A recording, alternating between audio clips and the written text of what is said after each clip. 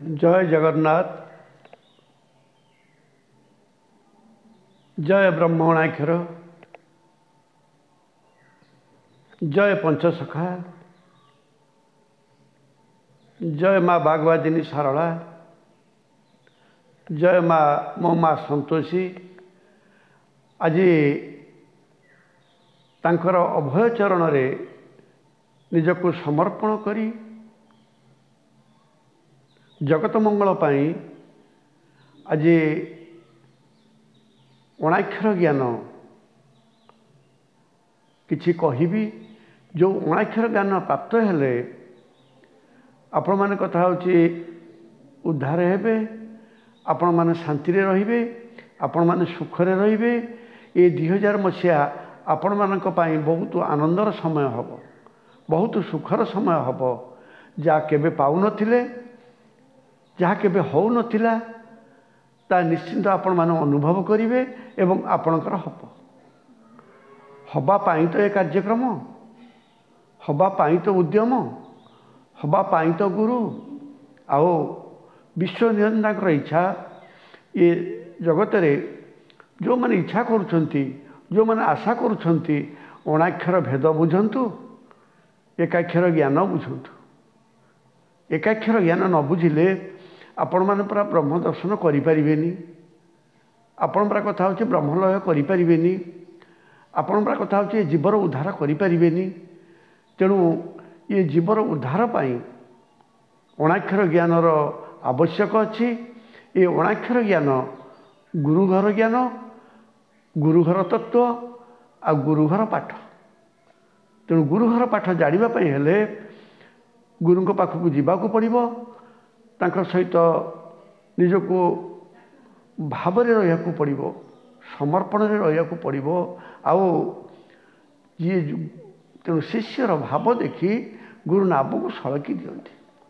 ଯଦି ଆପଣଙ୍କର ସମର୍ପଣ ଭାବ ନାହିଁ, ଆପଣଙ୍କର ଯଦି ବିନମ୍ରତା ନାହିଁ, ଆପଣ କେବେ ହେଲେ ସେ କୃପା ପାଇବେ ନାହିଁ। ସେଇଥିପାଇଁ କୁହାଗଲା 12 ବର୍ଷ କଲେ ସେବା ଗୁରୁ କହିଲେ କିଛି ଦେବା।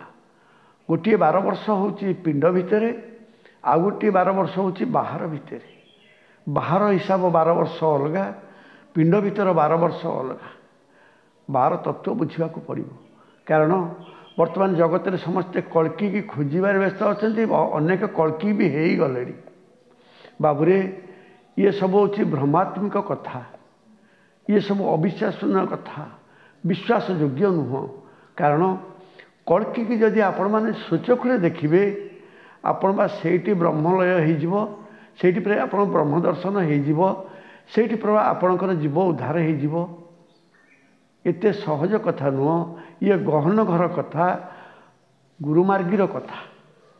तेणु कल्की की खोजा छाड़ी देकरी आपण मान कथा होचे प्रथमे 256 जन अछंती ये तत्व जानी से मानक खोजतु। तापरे आपण 12 गोपाल को खोजतु। तापरे आपण पंचसखा को खोजतु। तापरे कल्की दर्शन पाइबे। जो दिन पंचसखा हाथ मारी कहीदेवे ये होचंती कल्की राम, ये होचंती जगन्नाथ, ये होचंती तत्वर गुरु, तत्वर तत्व। तेणु आपण मैंने से बाटक न जाई वर्तमान खाली कथा हो खोजी चली ये कल्की, सी राम, सी कृष्ण, सी हरि। तेणु राम कृष्ण हरि जी सी एते साधारण तत्व नुह, साधारण कथा नुह। ये असाधारण कथा को घर को गले बुझब, तत्व को गले बुझब, नाम कले बुझब, अभजन रे बुझब, अच्युत हेले बुझब, अभिराम हेले बुझब, अलेख हेले बुझब, अजपा हेले बुझब। तेणु आल्ला हेले बुझब। सबु मूले अतत्व रही। अतत्व बुझापी हेले अमन मंदिर को पशिबा को हेले अणाक्षर तत्व बुझा पड़ो। अणाक्षर तत्व बुझिले आपण माने बणा हेबे। आपण माने कथा होचे मार्ग पाइजिबे। आउ अणाक्षर भितर आपण एकाक्षर दर्शन करिवे। जे एकाक्षर दर्शन करिवो, एकाक्षर मार्ग पाइजिवो, से पूरा उद्धार हो। आपण पाखे मु अणाक्षर मंदिर बसी अणसूत्र बसी अभजन बसी अरूपानंद को देखुची तेणु आपण मान कथा होची जदि घर न पाइबे जिबे केमिति आपण माने बाबू विचार कले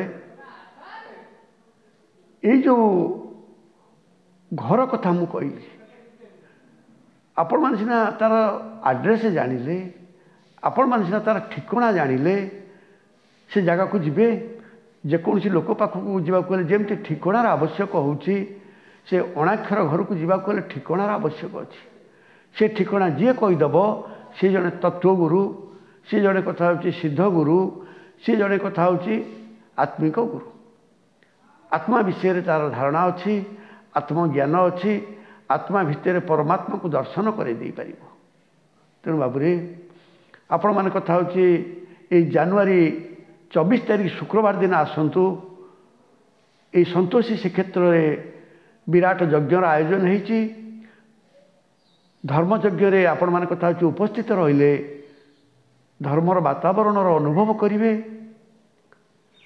यज्ञ आहुतिर अनुभव नहीं जिबे अन्नयज्ञ पदार्पण करेंगे ब्रह्मयज्ञ पदार्पण करेंगे शब्दयज्ञ पदार्पण करेंगे साधुसंत मुहर जो बाहर गंगा को आपण मान कथा होची पान करेंगे कारण कथा होची गंगा होची ग अर्थ होची गात्र बा शरीर गा अर्थ होची जी प्लावित होची ये शरीर जो गंगा प्लावित होची से गंगा रे आपण स्नान करेंगे तेणु भागवत कहले मन पवित्र जार देई उद्धव गंगा जल से आपण मान कथा होची जाइकरी कलिकतारू गंगा जल आनिबार आवश्यक नहीं मन पवित्र हेले से गंगा जल सहित समान तेणु ये 25 तारिख शुक्रवार आपणकर गंगा जल प्लावित हम से जल आपण मैंने स्नान करेंगे आपण मैंने दर्शन करेंगे